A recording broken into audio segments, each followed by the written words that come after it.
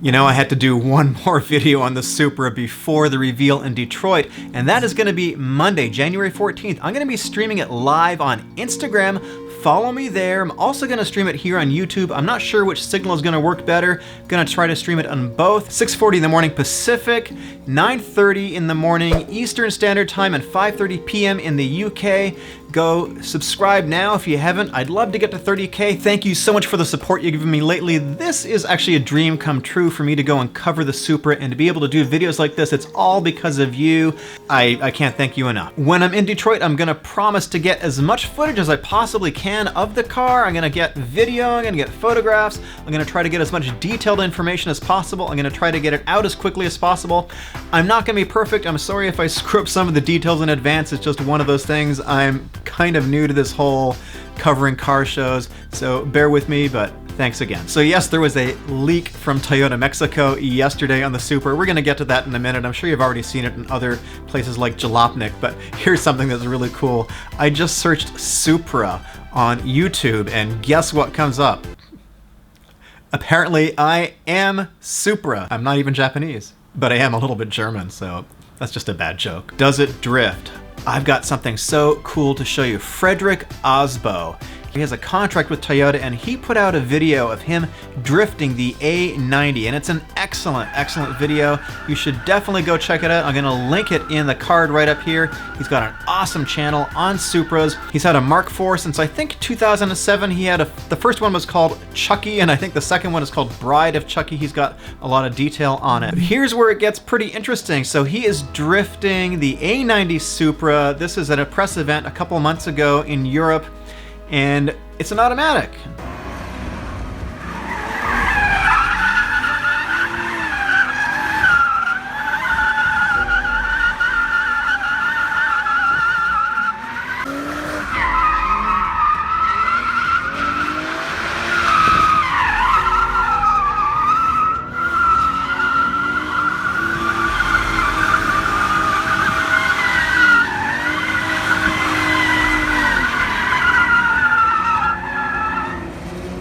Driving the car, it blew my mind. The first thing I noticed stepping into the car is that it would wrap around you like a cockpit, kind of like a jet fighter cockpit. Secondly, it feels really tight and compact in a sense, and it really is a small car. The wheelbase is shorter than that of a GT86. It has a lower center of gravity than a GT86, which says a lot because the GT86 with the boxer motor has a super low center of gravity. The diff locked up real nice, the turbo came on, super powerful. Tetsuya Tada is the chief engineer of the Supra. And for those of you guys that don't know, Tada-san is the creator of the GT86.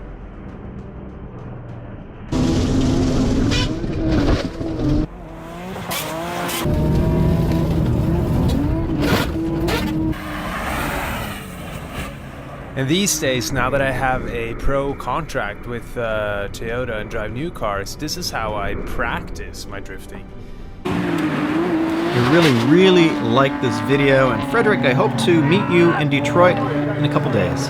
So in the comments, you can complain about the Supra as much as you like, but for me, if Frederic likes it and he thinks the car is good, that's kind of good enough for me. So here's the leak. What do I think of it? I think the car looks pretty freaking awesome. It's a pretty cool video. I like the sharp angular aspects of it. I like the ducktail. I like the vents in the hood. The car looks pretty good. I know a lot of people don't seem to like the short wheelbase, and I'm not entirely sure why that is. It's a little easier to hold a drift with a longer wheelbase, yes, but I don't think this car, even though Frederic Aasbo is drifting it, I don't think it's really set up as a drift car primarily, so I'm a little bit mystified as to why people don't like the longer wheelbase. A shorter wheelbase is going to be more agile in the mountains, in corners, on a racetrack, that kind of thing. The 86, the GT86, is a well-respected car for its handling, and it has a wheelbase which is about 101 inches, I think. Apparently the Supra is going to be around 97 inches, so that should make it quite agile. It's quite a small car. My BMW 1M is a wheelbase of, I think, 103, something like that, and sorry if I got it wrong, I'll try to put it in the video. The comments have been super spicy on these videos lately, not just mine, but if you look at any Supra video, there's so much commenting going on. This car is so super controversial.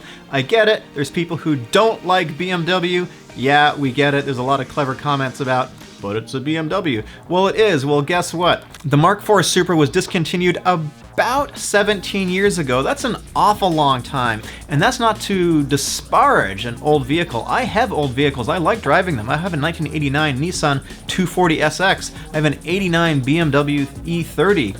I don't dislike old vehicles, but technology marches forward. The Mark IV Supra was not the be-all and end-all of handling. Far from it. It was a GT car. It was not the best handling car you could buy in the day. Toyota's changed all that for the new car. It is aiming to be a really good handling car. Here's something that's come up. A lot of people are saying that they should have used the RCF chassis. I think I addressed this before. The RCF chassis is extremely heavy. It's 4,000 pounds. There's no way that Toyota can go and just take, 700 pounds out of that chassis without, I don't know, chopping it in half or something like that. It's not going to happen. It's just designed from the ground up to be a much heavier chassis. I don't think they're going to be able to take more than 200 pounds out of it. Toyota is going for a light car. Yes, fuel economy matters, emissions matter, all that kind of stuff matters nowadays. And if they called it a Lexus and they called it the Lexus RCX or something like that, and they priced it at $90,000 or $80,000, something like that, and it had a bespoke 3JZ engine, would anyone buy it? I don't think anyone would buy it because no one is buying the RCF. That is selling less. The target was apparently 400 units per month. People are not buying the Lexus RCF. If they called the new Supra, let's say the RCX or something like that, and called it a Lexus, I don't think anyone would buy it either, and I don't think all of you would be hyping this thing up in the comments and debating and going crazy over this car. Let's get real. A lot of people seem to think that Toyota is staffed by idiots and they don't know what they're doing. There's so much criticism over Toyota that they don't know what they're doing. They should not have called it a Supra, blah, blah, blah, blah, blah. Toyota is a large corporation. It's staffed by very intelligent people, and it's also staffed by people that are looking after the finances of the company. They're not going to take a huge risk and make a car that has a bespoke engine, create a whole new factory for the engine, or retool another factory to create an engine, and have extremely low volume sales. It costs massive amounts of money to build a bespoke engine and a bespoke car. It's just not going to happen. This is not a volume car. So yeah, I'd love it to be a 3JZ. I'd love it to be all Toyota. But the market that we live in today in 2019, 2020, it's a different market, and sports cars do not sell well right now. They are a dying breed. This car is probably the last ICE Supra ever. I'll see you guys in Detroit. Remember to subscribe here. I really appreciate it. And also follow me on Instagram. Next video will be from Detroit.